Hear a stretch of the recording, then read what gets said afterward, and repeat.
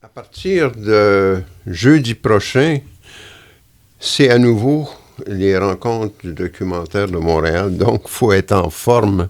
Bonjour Hubert Sabino-Brunette, qui est un des membres de la vaillante équipe de programmation de cette 26e édition. Bonjour. C'est une bonne édition? Une très bonne édition. On est très satisfait de... En tout cas, il y a beaucoup de films. Ça, c'est pas nécessairement une bonne nouvelle. Là, 138 films.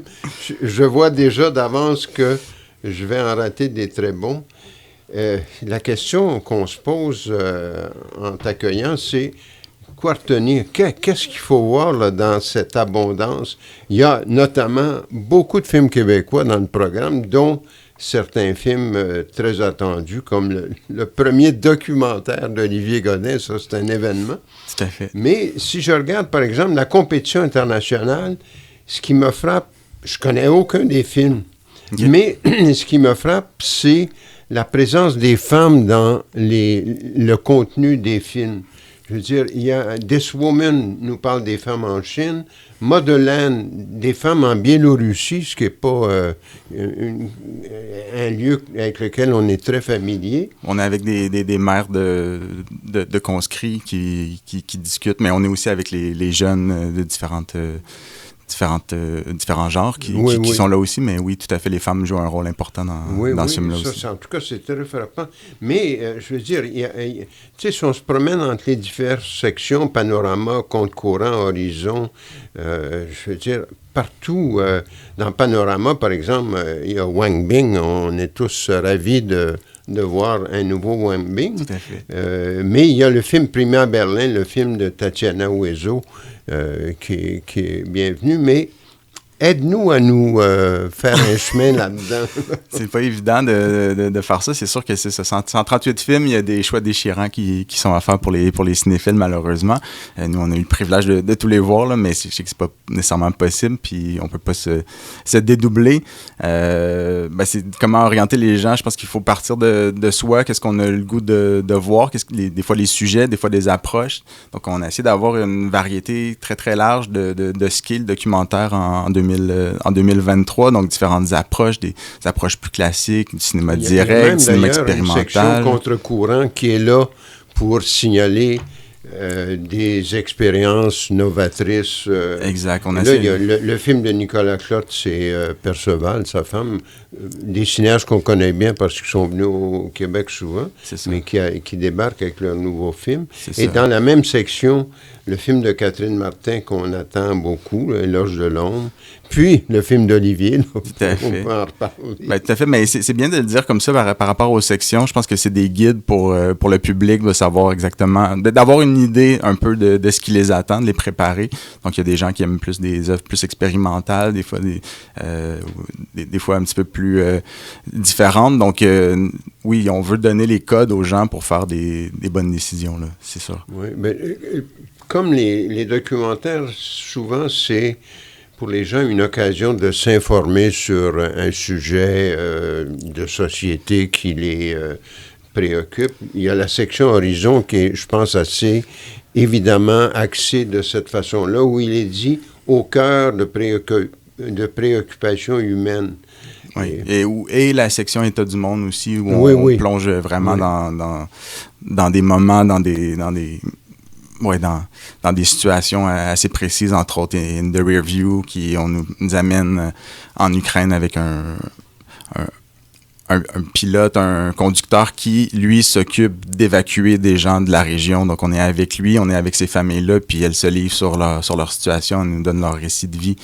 Donc, oui, État du monde permet justement d'avoir cette réflexion sur des enjeux d'actualité. Puis souvent, on est à la télé, dans les médias, on est dans l'actualité très, très au jour le jour, mais le documentaire nous permet des fois de prendre un pied de recul pour pouvoir voir un petit peu plus large aussi, puis d'aller vers l'humain. Je pense que le documentaire permet beaucoup ça, de donner des visages, de donner des récits sur des chiffres qu'on entend à la télé ou des choses qui passent un petit peu vite, mais là, on peut s'attarder avec ces gens-là pour mieux comprendre leur situation puis le voir à travers leurs yeux, mais aussi à travers la lentille d'un cinéaste qui appose sa réflexion personnelle puis sa perspective aussi. Parce que vous passez l'année de fait à voir des films pour préparer une édition. Totalement.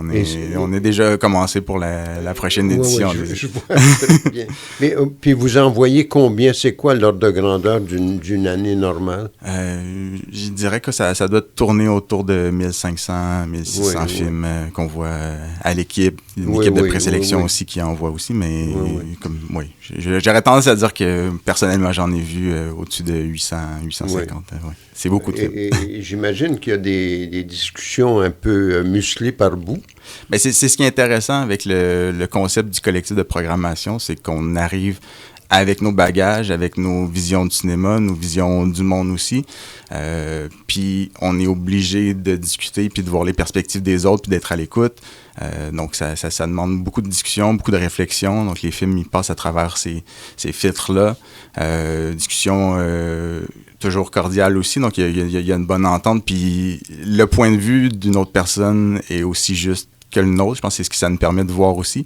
Puis le public est différent. Mm-hmm. Donc, nécessairement, il y a des gens qui vont peut-être voir le cinéma selon ma perspective, d'autres selon la perspective d'Analyse ou Marlène, et d'autres encore plus. Donc, c'est important pour nous d'avoir ce collectif-là assez disparate aussi. Donc, c'est pas un seul point de vue sur le cinéma. Oui. Puis c'est ce qui permet d'avoir justement cette variété-là de films présents. Je regardais aussi Compétition nationale, puis là, il y a des cinéastes dont on attend beaucoup le nouveau film. Je veux dire, Peter Mettler, chaque fois qu'il y a un nouveau film de Peter qui apparaît, c'est toujours un événement. C'est un privilège, oui. Puis, très près de nous, Julien Henny, je veux dire, Soleil Noir, ça a été un film tellement marquant. Oui. On est très curieux de voir qu'est-ce qu'il a fait, parce que La Garde Blanche, on n'en sait rien encore, on va le découvrir au RIDM.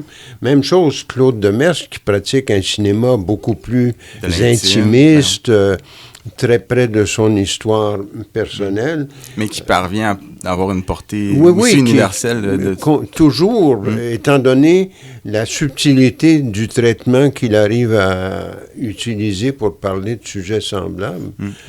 Mais oui, c'est un cinéaste extrêmement intelligent qui part de sa réalité, de ses réflexions, puis qui les transpose de manière intelligente à l'écran, à travers la mise en scène, à travers les archives, à travers ses réflexions.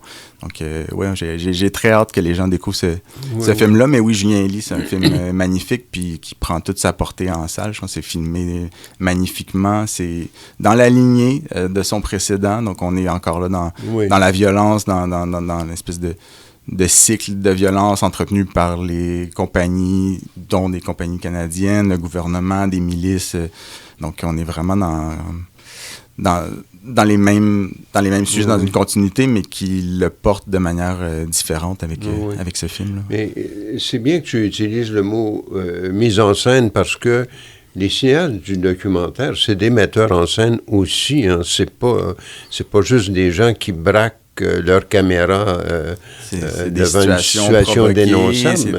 Ben oui, tout à fait. Pour faire émerger le réel, des fois, il faut le forcer un petit peu, mais oui. Oui, il y a vraiment... Le vrai documentariste, il travaille sur le réel pour le rendre plus évident ou plus explosif au besoin. Puis je prendrais la balle au bon. Vous avez parlé de la suite canadienne, qui est un film qui mise beaucoup là-dessus. Donc, on a une actrice qui interprète Ludmila Chiriev, des Grands Ballets canadiens. Le film, en fait, c'est la redécouverte par un chorégraphe d'une pièce, d'une chorégraphie qui est passée à Radio-Canada. Radio-Canada à l'heure du concert célèbre des années 60, fin des années 50. Exact. Donc, c'est considéré maintenant comme une espèce de pièce maîtresse de la Fondation des Grands Ballets canadiens. Donc là, on a un chorégraphe qui est très intéressé par cette pièce-là, puis qui veut la réactualiser, la réinterpréter à la manière de 2020. Le film a pris quand même. Mais le film est plein de surprises. Par exemple, l'histoire de l'orphelinat de Black Lake, où il y a un chorégraphe qui enseignait la danse aux petits garçons, et Chiriev déplorait le fait qu'il n'y a pas moyen de trouver de danseurs. Des danseuses, on en trouvait, mais des danseurs, dans les années 50 à Montréal, ça n'intéressait pas beaucoup les jeunes garçons, semble-t-il, et d'en former à Black Lake, c'est un truc complètement étonnant.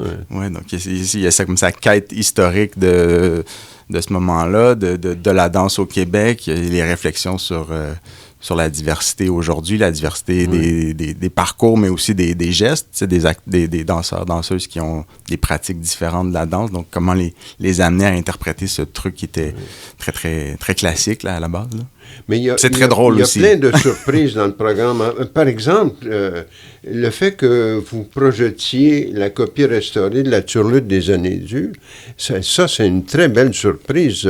Je pense que beaucoup de gens vont découvrir le film, mais même ceux, c'est mon cas, qui l'ont bien connu puis fréquenté à l'époque, il était un peu disparu. Puis là, le fait qu'on a eu droit à une restauration, c'est un film qui a le droit à une nouvelle vie, c'est sûr. Tout à fait, mais c'est un beau travail de la Cinémathèque puis de l'ONF pour restaurer cette copie-là. Je pense que c'est son 40e anniversaire cette année. C'est un film qui est un peu disparu, un peu perdu dans la mémoire collective, puis que les gens vont prendre plaisir à revoir. Donc, qui porte sur la Grande Dépression, qui a été tourné dans une autre période de crise économique dans les années 80, puis qu'on présente là aujourd'hui, mais dans une autre période de crise économique aussi. Oui. Donc, tous ces éléments-là font en sorte que il y a une réflexion sur... Ça existe toujours. Tout à fait. Il est renouvelé, sa pertinence. Puis c'est un film assez particulier aussi, où c'est une tragédie musicale. C'est plusieurs choses. C'est des archives, c'est des chants.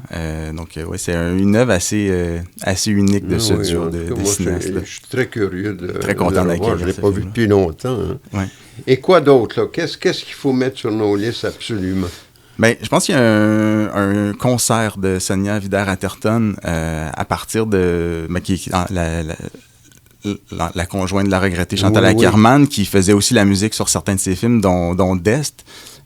Puis elle va venir avec son violoncelle, accompagnée d'images de films de Chantal Akerman pour improviser, interpréter son violoncelle en direct. Donc, ça risque d'être un super beau moment. Et vous projetez Dest, de toute façon, qui est un film extraordinaire. C'est un film... d'une force... Peu connu de Chantal Akerman, mais qui a été restauré aussi il n'y a pas très longtemps. Fait que c'était important pour nous de permettre et de voir le film et ensuite de voir Mais dans ce cas-là aussi, il y a une curieuse de pertinence de voir Dest avec le conflit Russie-Ukraine actuellement. Il y a des images... très, très dur dans ce film-là.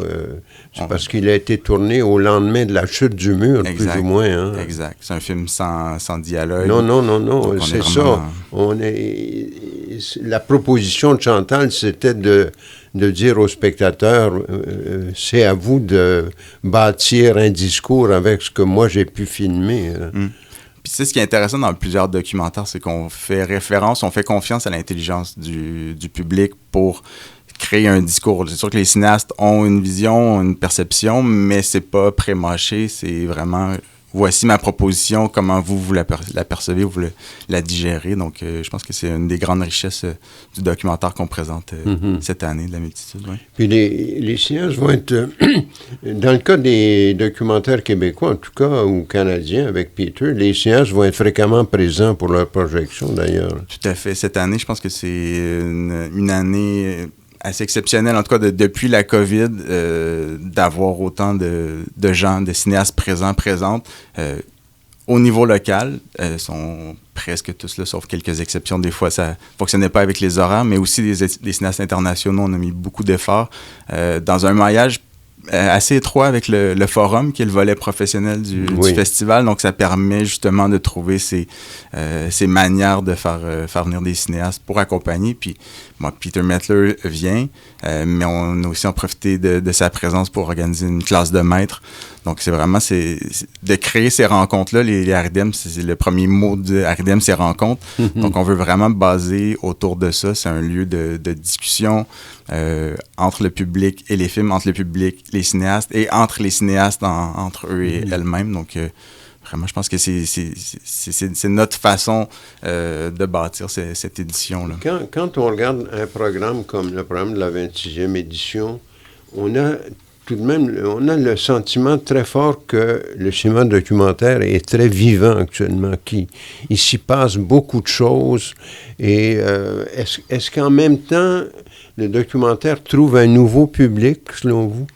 Ben, on le voit, en tout cas, pendant les RIDM, on le voit chez nous, le public se renouvelle.